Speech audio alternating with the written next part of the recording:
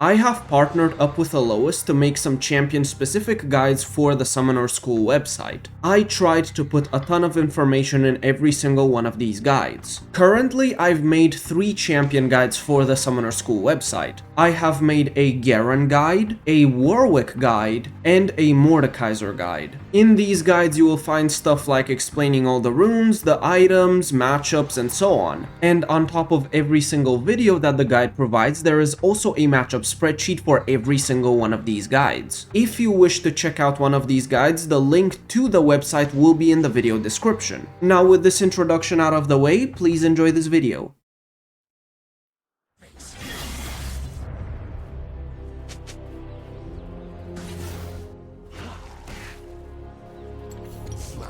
This matchup is all about getting to Rylai and getting your heal cut item. Most of the time what I tend to do is go for Oblivion Orb into Rylai, but you can straight up rush Rylai if you wish. And also, if you see that Vladimir is especially aggressive with his summoner spells and runes, you could take an early No Magic Mantle or Negatron Cloak. It will delay that Rylai spike even more, but sometimes it's needed. And it's needed because if you don't get them, he can kill you. Usually if he runs Flash Ignite with like Airy or Deathfire Touch, I will take the No Magic Mantle or Negatron Cloak. But if he runs something like Flash Ghost, I'm probably just gonna go straight into my Rylai or Oblivion Orb into Rylai. Whenever you try to ult Vladimir, if he uses his W, your ulti will get cancelled, but it won't go on cooldown. This is pretty good to know because once you get Rylai, as long as you hold a freeze on your side of the lane, you can straight up ulti the Vladimir and start fighting him. And within the 1v1, you will force him to cool if you have that heal cut. If you don't have heal cut, you can stick to him, but you might not be able to kill him unless you have ignite. Vladimir will be an absolute powerhouse later on into the game, so because of this, you kinda wanna try to abuse your Rylai plus Oblivion Orb spike. On side lane, it's not that bad for you, but in teamfights, he's a complete menace. So because of this, you kinda wanna try to just abuse him as hard as you can at the Rylai spike. There's not much else to it, just try to survive the early game and try to get to your Rylai plus Oblivion Orb as fast as possible.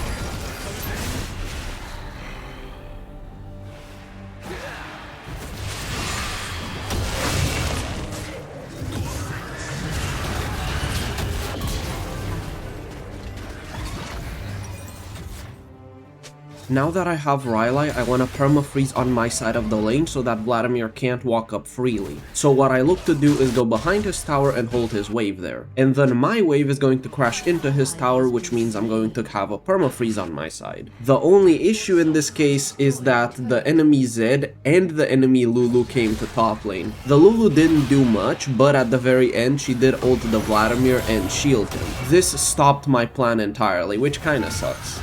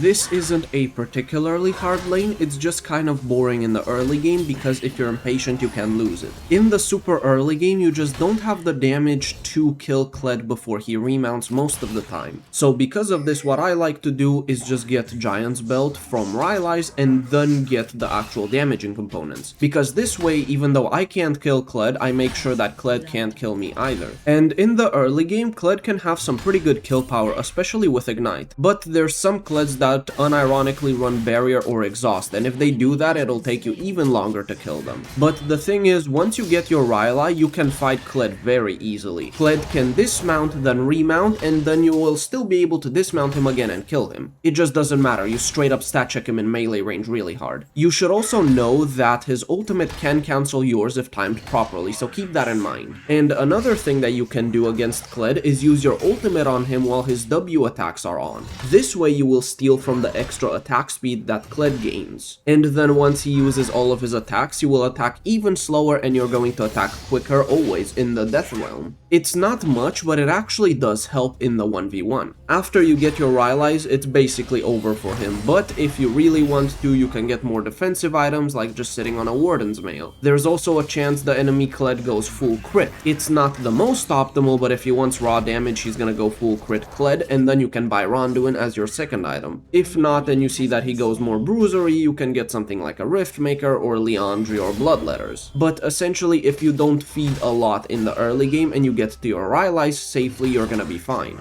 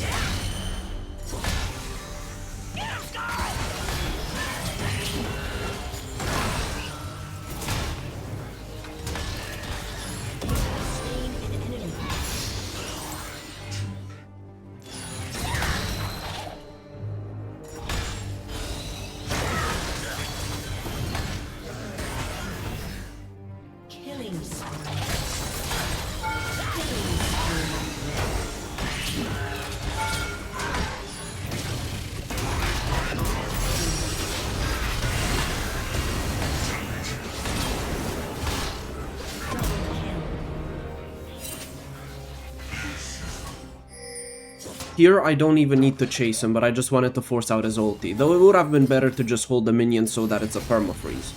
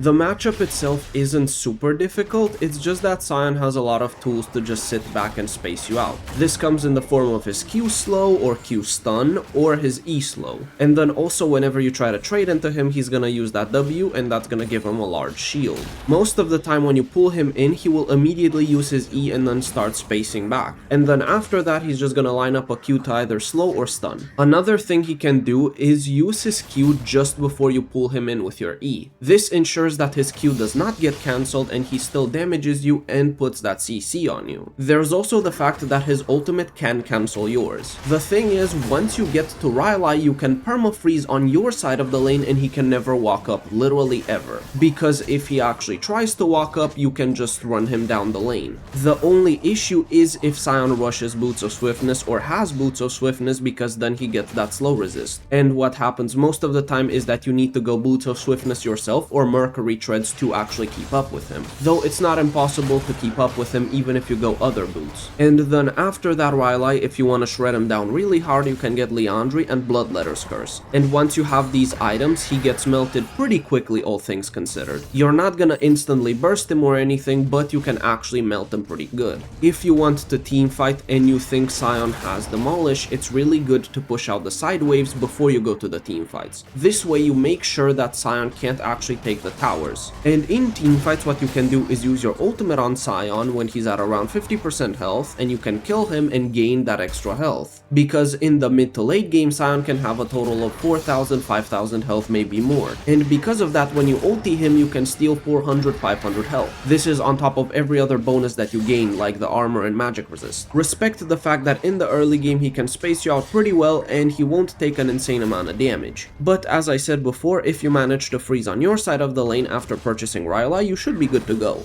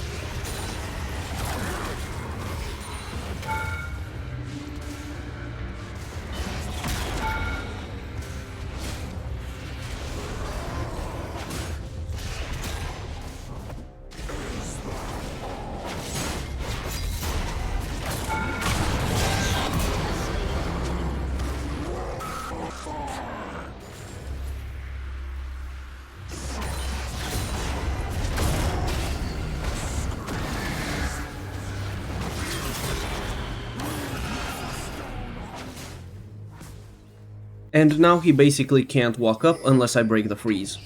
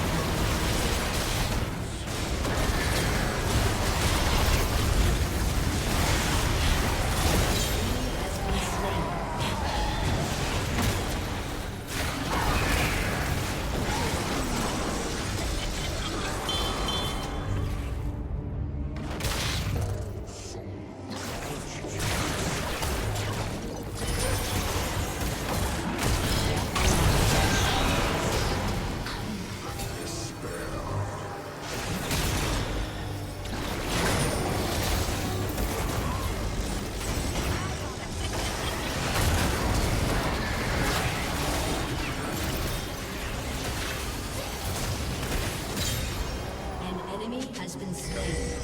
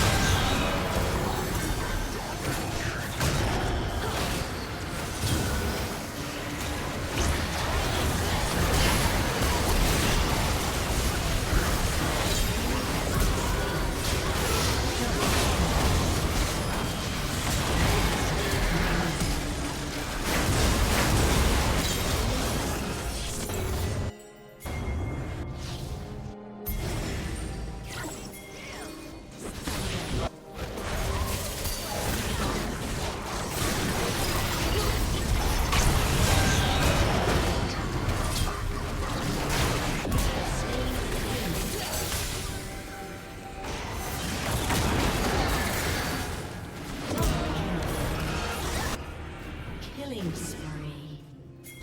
Double kill. Triple kill. Ace.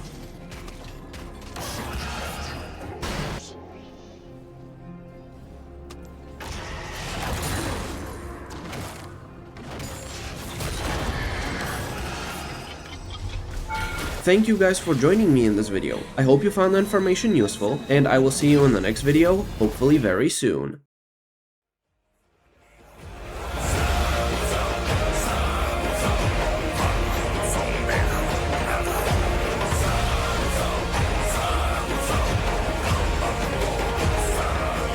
I am favored by the gods and await